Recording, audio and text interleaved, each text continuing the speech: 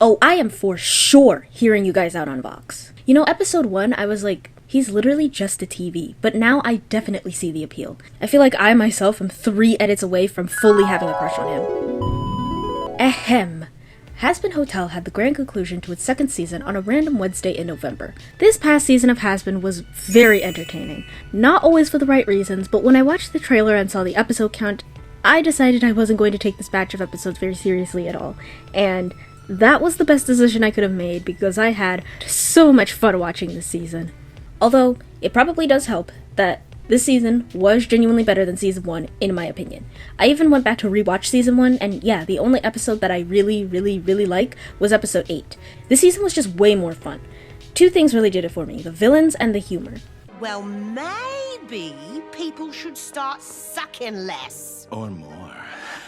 The V's prove this theory that I have, that a great villain can really carry your story. Like, I never liked Adam as a villain, but for sure, the V's were the best part of season 2. Mind you, I didn't even care about or like the V's back in season 1. I don't even really have that much to say on them. It was really fun to explore Vox's character and his dynamic with the other 2 V's, and watching the relationship slowly get corrupted. It was such a great angle to approach the antagonist, so genuine props to the team for that one. The humor was so good and so consistent, I was pleasantly surprised. Like, I don't know who on the team thought it would be an epic prank to tell funny jokes this season, but they got me good. I know you won't believe this, but I don't understand. Strangely enough, Valentino of all characters had me in stitches. He and Husk, they stole the show. Husk, get out of the way! Oh yeah! Sure thing! Except you tied me to the fucking cross! I was a little nervous because episode 1 wasn't all that funny, and then they did the compilation of Valentino beating Angel Dust, and like, I understand what they're going for. I really do. Like, they're trying to show that the V's do not take Angel's abuse very seriously. But it's like, is that really how you guys want to communicate this joke? It seems a little bit too similar to another joke that you guys did that didn't go over well, and rightfully so. But the rest of the season has just been so quotable. I'm thinking that that's where this show seems to shine in its humor, when the characters just say funny one-liners. I have collected so many of these fuck-ass images. I love them so much. Even the racist jokes work really well, because the joke isn't, haha, Vox is making fun of Hispanic people. It's, haha, Vox is being a fucking moron making fun of Hispanic people, if that makes sense. The other characters react to him the same way they'd react to any other brand of stupidity. It also makes sense for Vox specifically to be racist, because he's a white man from the 50s. See what happens when we put an iota of thought into our dark humor? It works. Whoa, crazy. I like to think that Vox genuinely forgets that Valentino, Velvet, and Alistair are Hispanic and black. Like, he knows this information, but because they're a moth, a doll, and a deer, he doesn't often think about this, and then Val will start speaking Spanish, and he's like, oh, right. But it's not all scented candles, ponies, and marshmallows, so let's go through some critiques I have for this season. Here's the thing, some of these plot points aren't even bad. In fact, a lot of them are quite interesting. It's just so poorly timed that they feel like bad plot points.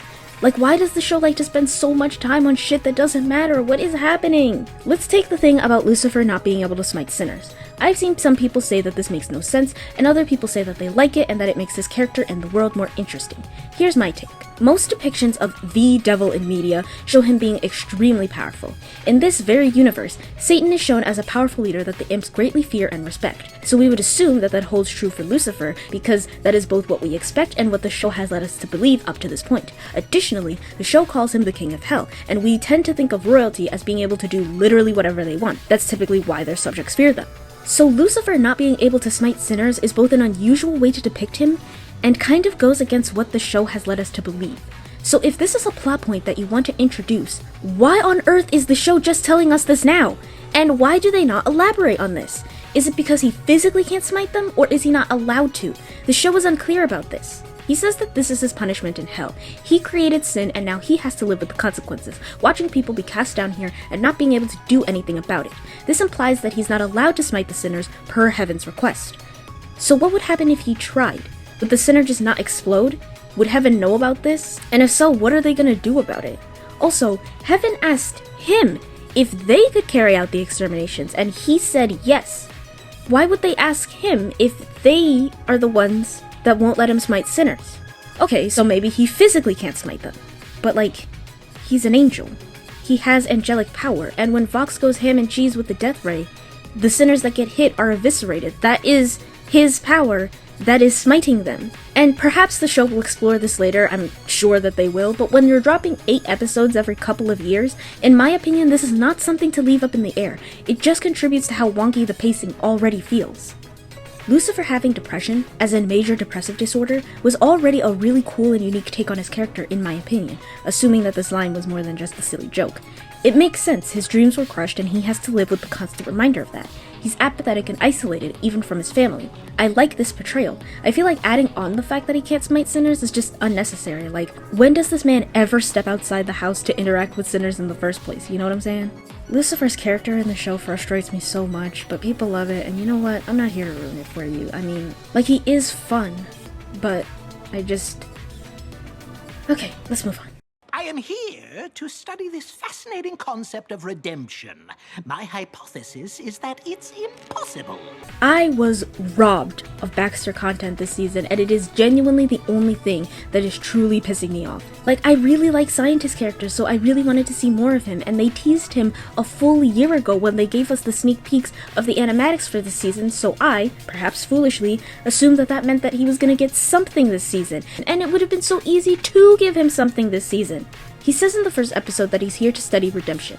Many have pointed out that this is already strange because he's a bioengineer, but hey, who's to say he can't dabble in multiple things? Him not being present in the scene where Charlie announces that Penchas got redeemed is already a very strange decision, and what's equally strange is him being absent when she's trying to show Vox and Velvet that redemption is possible. Why couldn't he have been in the background taking notes? And then in this scene... Look, Charlie, Angel is not Penchas, and things have already gotten out of hand today. Just send these assholes home. He's not Penchas. Maybe that's it? You could have had him come to the conclusion that Charlie does because he's supposed to be super smart, and more importantly, he knew Penchas! I mean, I guess that I'm glad that at the end he got a little something, and I think that his dynamic with Nifty is adorable.